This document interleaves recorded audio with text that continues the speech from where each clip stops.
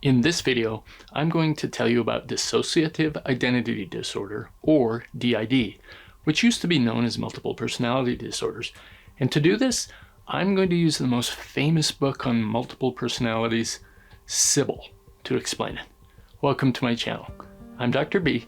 I'm a board-certified fellowship-trained physician, and I've been caring for patients for over 20 years. I like to make educational videos on medical topics that I find interesting. If you enjoy them, please hit subscribe and watch until the end to learn the truth about Sybil.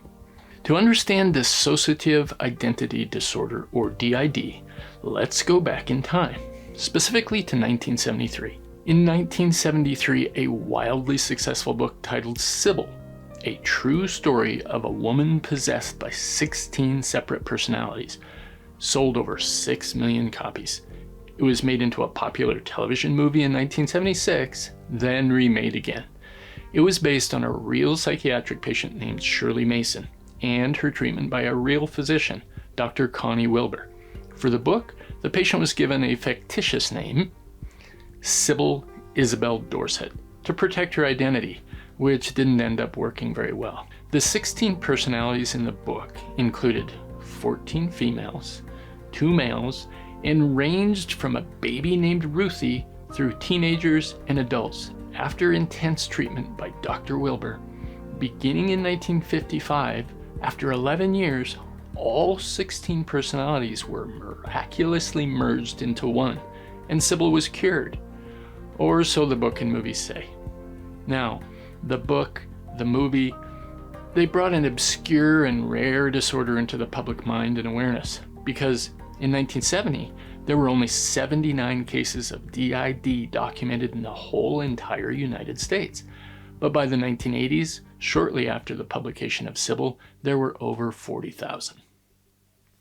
This new awareness led to political pressures within the mental health community and drives to include this disorder in the established medical diagnostic manuals, like the Diagnostic and Statistical Manual for Mental Health Disorders, or the DSM. The only problem was Sybil really true? To understand this, let's dive into what medicine says about DID, not Hollywood. In DID, you don't really have more than one person living inside you, as popularized in movies and TV, but really fragments of personalities. A split personality is perhaps a better term. This disorder is thought to arise in response to horrific physical, sexual abuse in childhood, and it is really a means of surviving mistreatment by people who should have been nurturing and protecting.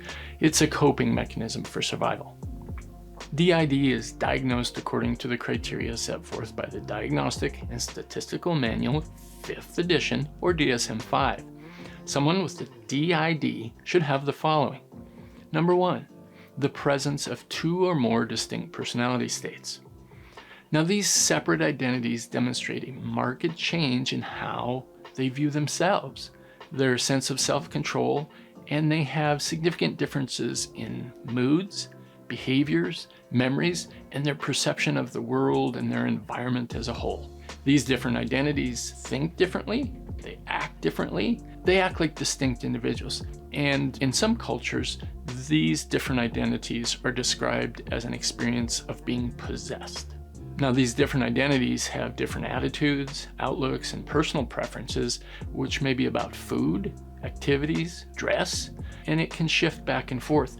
One identity might be an atheist, the other might be a conservative Christian. One may like to eat out, one may eat at home, one may be a competitive sports individual. In the DSM-4, the previous mental health manual, you had to have an outside observer notice the change in identities. In the 5th edition, or the current edition, self-reporting by a patient's experience is actually accepted as diagnostic. Individuals with DID often report the feeling that they have suddenly become outside observers of their own speech, actions, and that they are powerless to stop themselves. In some cases, they have voices that are experienced as multiple, perplexing, independent thought streams over which the individual experiences no control. Strong emotions and impulses, speech, and actions can emerge from these identities, and the patient has complete loss of personal ownership, no control.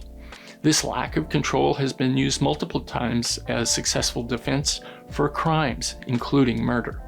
Those with DID can have thoughts that vary with identities, but they can also feel physically different when they experience the identities. They may feel like a small child, small and slender, or huge and muscular, or be the opposite gender, or a different race. Now, the second criteria for DID is amnesia. Amnesia is defined as a recurrent gap in recall of events, inconsistent with ordinary forgetting. This is known as amnesia, and there are really three different types. The first type of amnesia is a loss in remote memory, which is a loss of memory of personal life events like weddings, funerals, elementary schools that you attended, childhood friends, animals, or homes. The second type of amnesia is lapses in dependable memory. That is, forgetting what you might have done today or forgetting well-learned skills like, if you're a bartender, not remembering how to do that job, not remembering how to use a computer and simple programs like Excel or Word, or you might forget how to read or even drive. The third type of amnesia is discovering evidence that you've completed tasks that you don't remember. Now, these can be finding unexplained objects in your shopping bag that you had to have bought, but you don't remember it. You might be an artist, and at home you find drawings that you completed and even signed, but you don't remember doing them. You might discover injuries like a sprained ankle or stitches that are unexplained and you just don't know why or how they occurred. You may just come to while you're in the activity of doing something and have the thoughts, how did I get here? There's also a special type of amnesia known as a fugue, and this specifically relates to travel, where a person will discover themselves at the beach, at work, or out of town, in a nightclub or somewhere else, and they don't recall how they got there. They have no memory of how they came to be there. The third criteria for DID is that symptoms cause clinically significant distress. Now, this is usually an everyday function with one's family, with one's spouse, kids, at job, and overall interacting with others. On average, DID causes more dysfunction with relational aspects, spouse, marriage, kids, and parenting. It is less common to involve job and workplace, but it can involve everything. The fourth criteria of DID is that the disturbance is not a normal part of a broadly accepted cultural or religious practice. The majority of cases of being possessed that are described in the world are actually normal because they're part of a spiritual or faith-based practice and they don't meet the criteria for DID. In contrast, a DID possession is unwanted, involuntary. It causes personal distress, isn't part of expected cultural or religious practice. Some examples that don't meet criteria for DID are speaking in tongues in Christian faith, or visions experienced in Native American traditions, sun dances, sweat lodges. These are expected because these actions and behaviors are known in the culture, in the traditions. Another normal behavior is the imaginary friends and fantasy play of children. These are known, common developmental occurrences, and they don't meet the criteria for DID. Now, the final criteria from the DSM-5 is really important. The symptoms aren't from substance use or other psychiatric conditions. Chronic alcohol use or binge drinking can lead to blackouts with significant loss of memory. This isn't the amnesia of DID, and intoxication with alcohol, drugs, mushrooms, cannabis, prescribed medications can lead to erratic and chaotic behavior, and people can act like a whole different person, so to speak.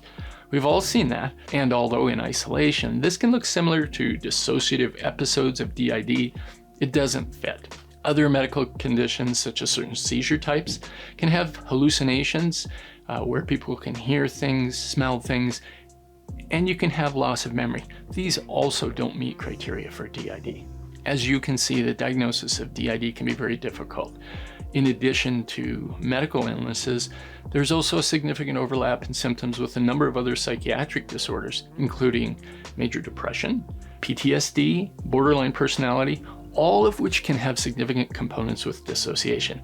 For example, one research study concluded in a group of previously diagnosed DID patients that 70% actually met criteria and had borderline personality disorder. So it is very difficult.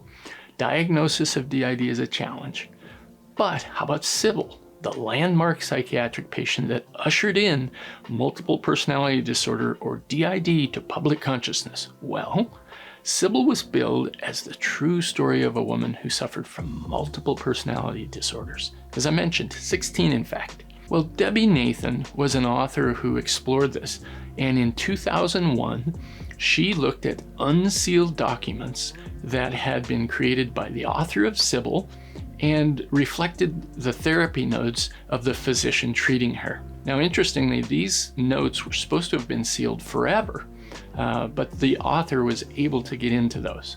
The findings were remarkable. At one point in 1958, 3 years into treatment, Shirley Mason, or Sybil, tried to set things straight. She wrote a letter to her doctor, admitting that she had been lying. Quote, "I do not really have any multiple personalities. I do not even have a double.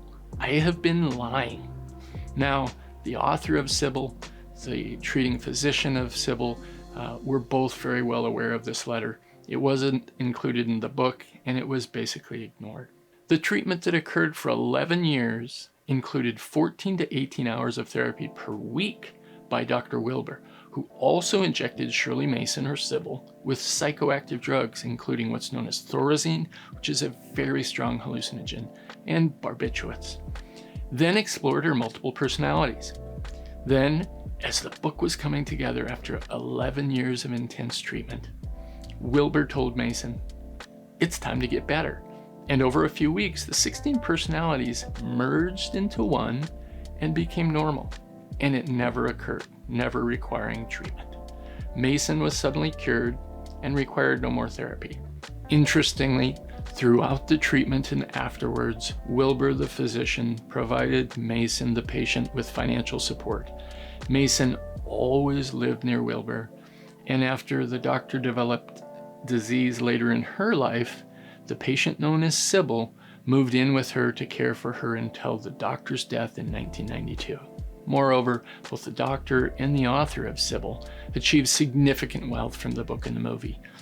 Unfortunately, shortly after Sybil came out, the public recognized Shirley Mason as Sybil.